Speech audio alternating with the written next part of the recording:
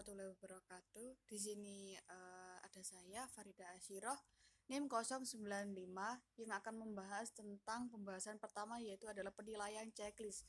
Nah, untuk pengertian dari penilaian checklist sendiri ini adalah bisa dilihat di sini di PPT bahwa checklist merupakan daftar catatan tentang suatu hal yang menjadi rujukan untuk mengecek apakah sesuatu terjadi atau tidak. Checklist dapat digunakan untuk menilai pencapaian perkembangan anak. Jadi untuk penilaian checklist sendiri ini adalah penilaian yang dapat mengkelompokkan atau dapat dinilai hanya menggunakan centang atau checklist seperti dengan namanya itu sendiri. Nah, tujuan dari checklist sendiri ini adalah untuk memahami perkembangan-perkembangan dan juga penilaian-penilaian yang akan dilaksanakan oleh anak. Checklist sebagai panduan dalam mengembangkan kurikulum.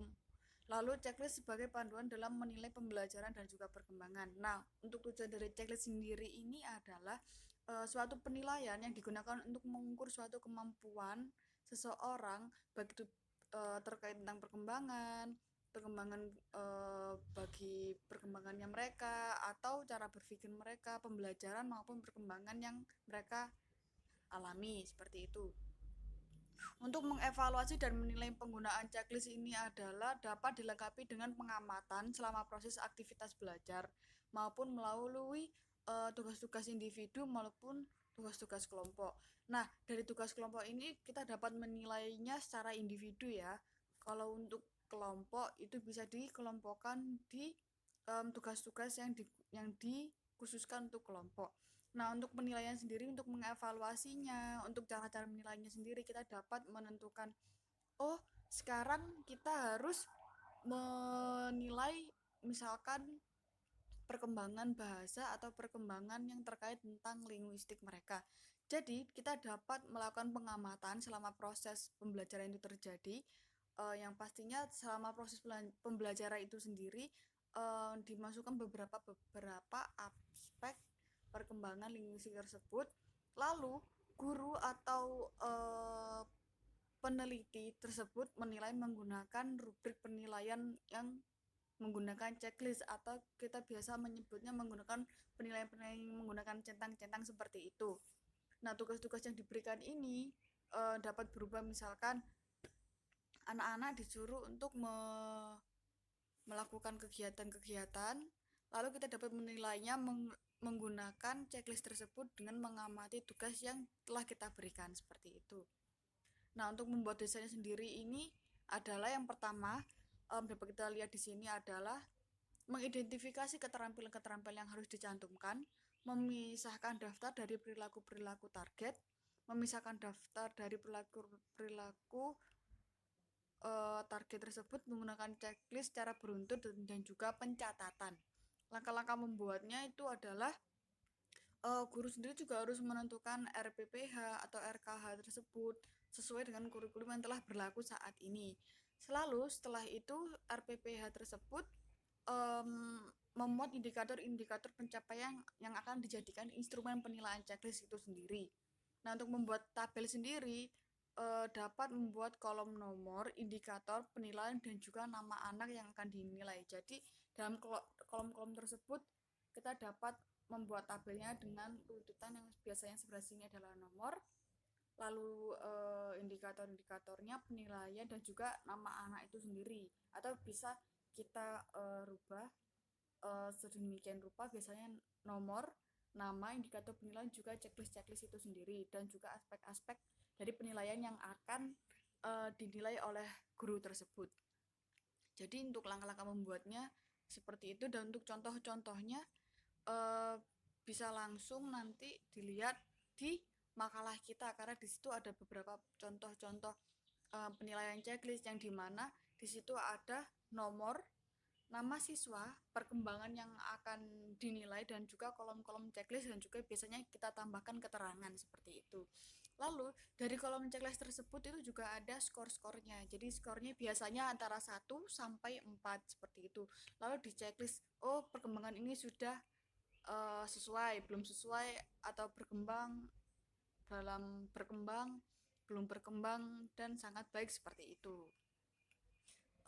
Nah, Untuk selanjutnya akan dilanjutkan tentang pembahasan rating scales. Baik, di sini saya akan menjelaskan tentang penilaian scales rating. Penilaian scales rating bisa juga disebut dengan skala jenjang, di mana merupakan suatu alat yang digunakan sebagai pengumpul data dalam kegiatan observasi yang berguna untuk menggolongkan, menjelaskan, menilai secara individu.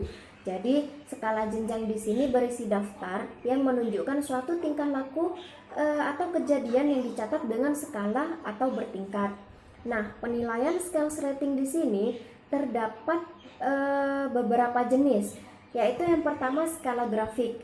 Seperti judulnya, skala grafik merupakan skala yang menggunakan garis lurus baik horizontal maupun vertikal. Jadi teman-teman bisa melihat contoh gambar skala grafik atau jenis-jenis rating scale yang lainnya di makalah kami. Selanjutnya standar rating. Standar rating di sini bisa disebut juga dengan skala persentase. Observator merating subjek ke dalam suatu kontinum yang mulai dari 0 sampai dengan 100 dalam perbandingan dengan subjek amatan lain atau kelompok khusus. Kemudian ranking methods rating scale. Di sini guru menentukan ranking peserta didik. Nah, dalam menentukan ranking peserta didik terdapat dua macam cara menyusun ranking. Yang pertama, menyusun ranking berkedudukan atau kedudukan murid suatu kelas dalam aspek tertentu atau keseluruhan aspek hasil belajar. Metode kedua, memeriksa kemampuan murid untuk menentukan kedudukan relatif suatu komponen dalam suatu prosedur tertentu.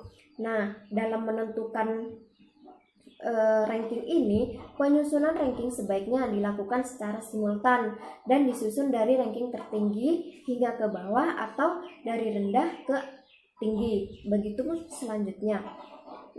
Kemudian comparative rating scale. Jenis ini berupa pembuatan kriteria atau pembanding.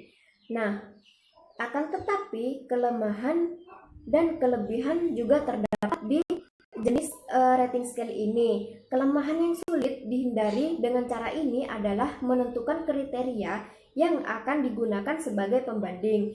Nah, cara yang termudah adalah melakukan analisis hasil kerja murid dalam jangka waktu lama, kemudian dipilih dan disusun dalam bentuk skala.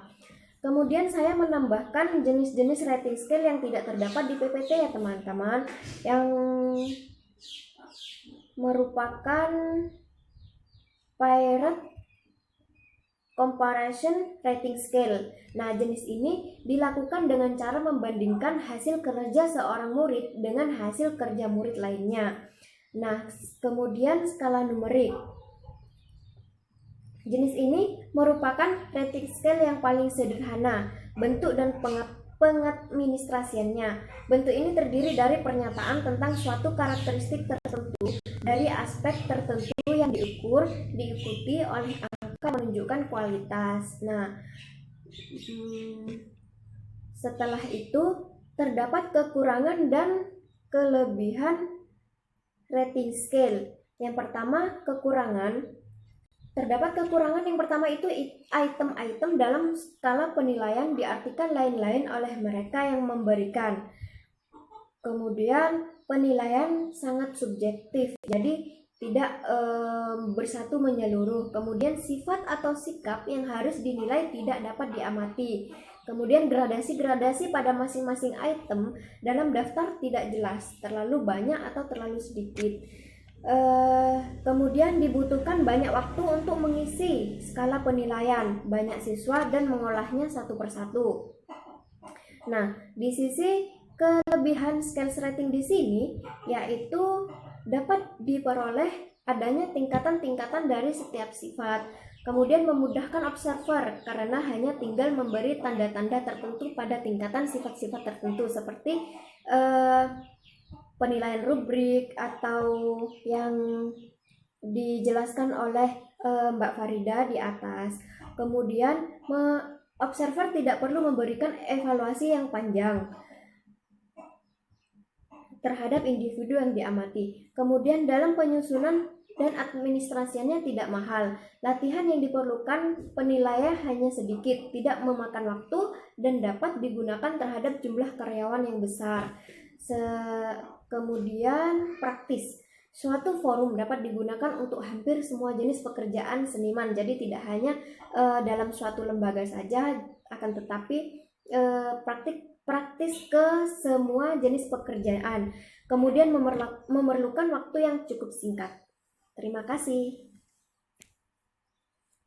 Assalamualaikum warahmatullahi wabarakatuh. Saya Siti Nur Fadila NIM 109. Di sini saya akan melanjutkan penjelasan dari kedua teman saya. Nah, di sini saya akan menjelaskan tentang penilaian Rubik. Penilaian Rubik di sini memiliki pengertian yaitu adalah salah satu asesmen alternatif yang dapat digunakan untuk mengukur dan menilai siswa secara komprehensif. Adapun pengertian Rubik menurut beberapa ahli yaitu satu, menurut Arifin, Rubik adalah sebagai suatu alat penskoran yang terdiri dari daftar seperangkat kriteria atau apa yang harus dihitung.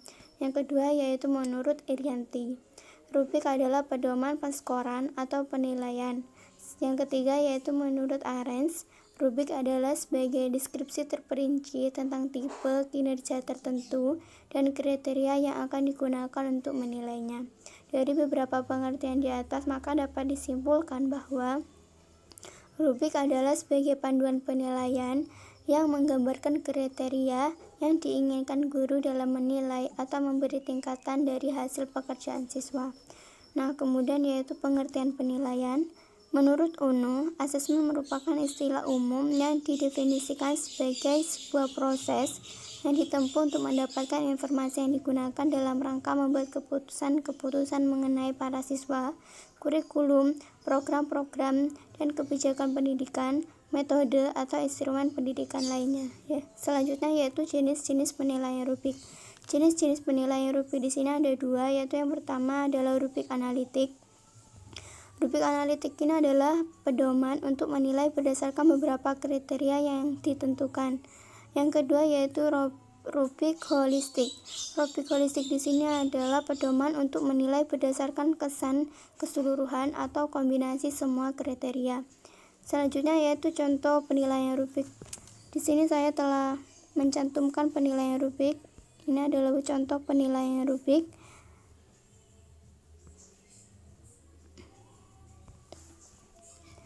Nah, itu tadi adalah penjelasan dari saya tentang penilaian Rubik. Sekian presentasi dari kelompok kami. Kurang lebihnya mohon maaf. Wassalamualaikum warahmatullahi wabarakatuh.